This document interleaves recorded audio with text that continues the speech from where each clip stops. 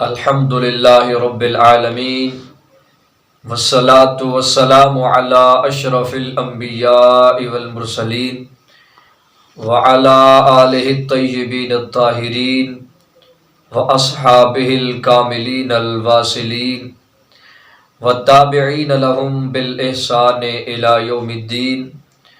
اما بعد فاعوذ باللہ من الشیطان الرجیم.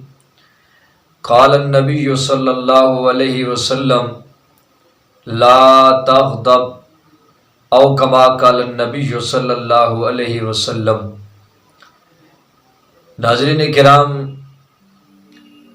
حدیث کریمہ کے اندر حضور علیہ الصلاۃ والسلام نے ارشاد فرمایا لا تغضب، کہ غصہ نہ کرو. حضرت جناب ابو ہریرہ رضی اللہ تعالی عنہ آپ ارشاد فرماتے ہیں کہ حضور علیہ الصلاۃ والسلام کی بارگاہ میں ایک شخص آیا اور اس نے آ کر عرض کی یا رسول اللہ صلی اللہ علیہ وسلم مجھے نصیحت فرمائیں، لیکن یا رسول اللہ نصیحت لمبی نہ ہو، اتنی بڑی نصیحت نہ ہو. تو اس وقت رسول اللہ صلی اللہ علیہ وسلم نے ارشاد فرمایا لا تغضب، نصیحت کے طور پر یہ کلمات ارشاد فرمائے کہ تم غصہ نہ کرنا. ناظرین کرام، یہ غصہ ایک ایسی مرض ہے، ایسی بیماری ہے کہ جس کی وجہ سے انسان بہت سارے گناہوں کے اندر مبتلا ہو جاتا ہے اور بہت سارے گناہ کر بیٹھتا ہے، کیونکہ کائنات کے اندر جتنے بھی گناہ ہوتے ہیں اور جو بھی گناہ کر رہا ہے تو گناہ کرنے کے پیچھے دو ہی جذبے کار فرما ہوتے ہیں، یعنی دو ہی وجہ سے انسان گناہ کر رہا ہوتا ہے. ان میں سے ایک وجہ ہے گناہ کرنے کی شہوت اور دوسری وجہ ہے گناہ کرنے کی غصہ. یا تو انسان گناہ کر رہا ہے تو شہوت کی وجہ سے کر رہا ہے، اور یا انسان جب گناہ کرتا ہے تو غصے کی وجہ سے کرتا ہے. تو ناظرین کرام، شہوت کیا ہے؟ شہوت یہ ہے کہ انسان کا دل کسی اچھی چیز کے کھانے کا کر رہا ہے اور وہ کھائے گا تو یہ کھانے کی شہوت ہوئی، یہ دل کی چاہت اس کی دل کی شہوت ہوئی. اور اسی طرح اگر وہ اس کا دل اچھا پہننے کا کر رہا ہے تو یہ پہننے کی شہوت ہوئی.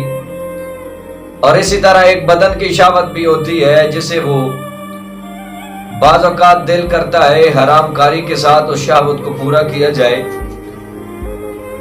اور بعض اوقات وہ حرام کمانے کے لیے بھی اپنے شہوت کی تابعداری کرتا ہے.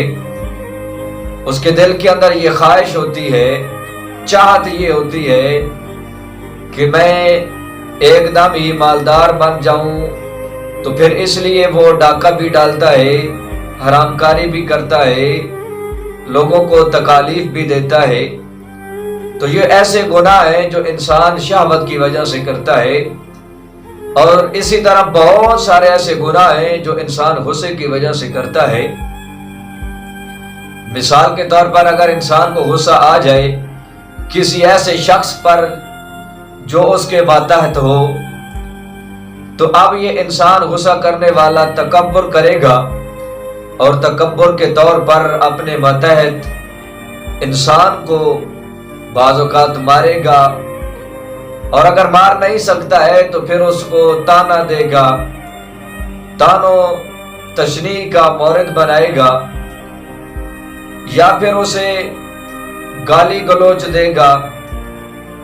اور بعض اوقات تو انسان غصے کی وجہ سے اس حد تک جا پہنچتا ہے کہ اس کو مار بھی ڈالتا ہے، یا تو انسان غصے کی وجہ سے مار ڈالے گا. تو یہ سارے گناہ चाहे तकब्बुर करे, तकब्बुर की वजह से गालम गलोच करे, तानो तशनी करे या मार डाले, ये भी गुनाह है। और इसी तरह अगर वो जिसके ऊपर गुस्सा आया है वो उसके मातहत नहीं है, अब उसके ऊपर उसका बस नहीं चल सकता, तो फिर वो अपने दिल के अंदर उसके लिए नफरत को पैदा कर लेगा। जब नफरत को पैदा करेगा तो ये नफरत भी गुनाह है। और फिर या तो बुग़्ज़ को पैदा कर लेगा, तो बुग़्ज़ पैदा करना भी गुनाह है। अदावत पैदा कर लेगा अपने दिल के अंदर, तो ये अदावत पैदा करना भी गुनाह है। क्योंकि हुजूर अलैहिस्सलातु वस्सलाम का इरशाद गिरामी है कि सिबाबुल मुस्लिम फुसूकुन, किसी मुसलमान भाई को गाली देना ये बदतरीन फिस्क है। और आप सल्लल्लाहु अलैहि वसल्लम ने इरशाद फरमाया वक़ितालुहु कुफ्रुन, और उसका कत्ल कर देना कुफ्र है। तो नाज़रीन किराम, बहुत सारे गुनाह हैं जो इंसान गुस्से की वजह से भी कर रहा होता है। और अगर इसी गुस्से को इंसान अपने कंट्रोल में कर ले, काबू में कर ले, गुस्से को ज़ाहिर ना करे, बल्कि गुस्सा ज़ाहिर करने के बजाय जिस पर गुस्सा आया है अगर उसको माफ कर दे तो अल्लाह रब्बुल इज्जत भी उसको माफी अता फरमा देता है।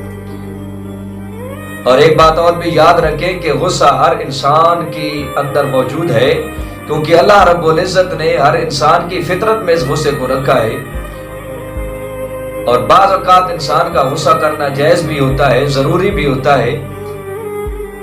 मिसाल के तौर पर अगर आपकी फैमिली को कोई तकलीफ पहुंचा रहा है, आपके अजीज व अकारिब के साथ कोई बुरा भला कर रहा है, तो उस वक़्त गुस्सा करना ज़रूरी है, बल्कि जायज़ भी है। और इसी तरह अगर कोई दीन इस्लाम के शायर को पामाल कर रहा है तो फिर भी गुस्सा करना ज़रूरी है और जायज़ है, ज़रूरी है।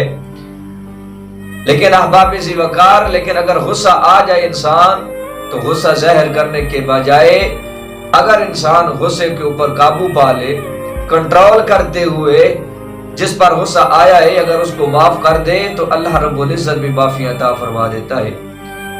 हदीस पाक के अंदर आता है, हुजूर अलैहिस्सलातु वस्सलाम ने इरशाद फरमाया कि क़यामत वाले दिन एक शख्स को अल्लाह रब्बुल इज्जत की बारगाह में हाजिर किया जाएगा, तो अल्लाह रब्बुल इज्जत जानने के बावजूद फरिश्तों को ये फरमाएंगे कि ऐ मेरे फरिश्तों, बताओ इसके नामे अमाल में क्या क्या चीजें हैं, क्या नेकियां लेकर आया है।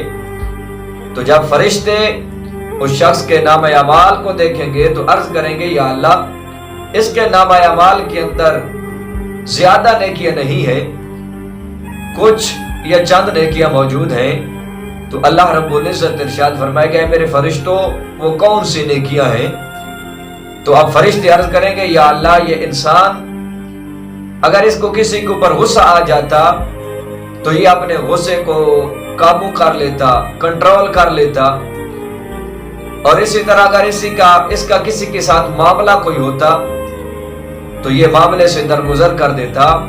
अगर लेन देन का कोई मामला होता और वो सामने वाला अगर इसका लेन देन अदा नहीं कर सकता तो इसे कहता कि मैं अदा नहीं कर सकता हूँ, तो ये उसको छोड़ देता, उसको या अल्लाह तेरी रजा के लिए ये माफ कर देता था। तो अल्लाह रब्बुल इज्जत फरिश्तों को ये फरमाएंगे कि ऐ मेरे फरिश्तों, अगर ये मेरा बंदा होकर मेरे बंदों पर रहम कर रहा है और इसने किया है और मेरे बंदों को माफ कर दिया है, तो आज मैंने इस अपने बंदे को भी माफ कर दिया है। तो नाज़रीन किराम, कितनी बड़ी फजीलत है, कितना बड़ा सवाब है, कितना बड़ा अजर है कि इंसान अगर गुस्से को माफ कर देता है, गुस्से के ऊपर काबू पा लेता है, गुस्से को कंट्रोल कर लेता है, तो अल्लाह रब्बुल इज्जत भी माफी अता फरमा देता है। लेकिन अगर इंसान गुस्से को जाहिर करता है तो सिवाय गुनाह के और कुछ हासिल नहीं होता। दुआ करता हूँ अल्लाह रब्बुल इज्जत हमें गुस्से के ऊपर काबू करने की तौफीक नसीब फरमाए और मुआफिया वाला मामला अपनाने की तौफीक नसीब फरमाए और शर्र शैतान से अल्लाह रब्बुल इज्जत हम सबको महफूज रखे। आमीन व आखिर दावाया अनिल हम्दुलिल्लाहि रब्बिल आलमीन।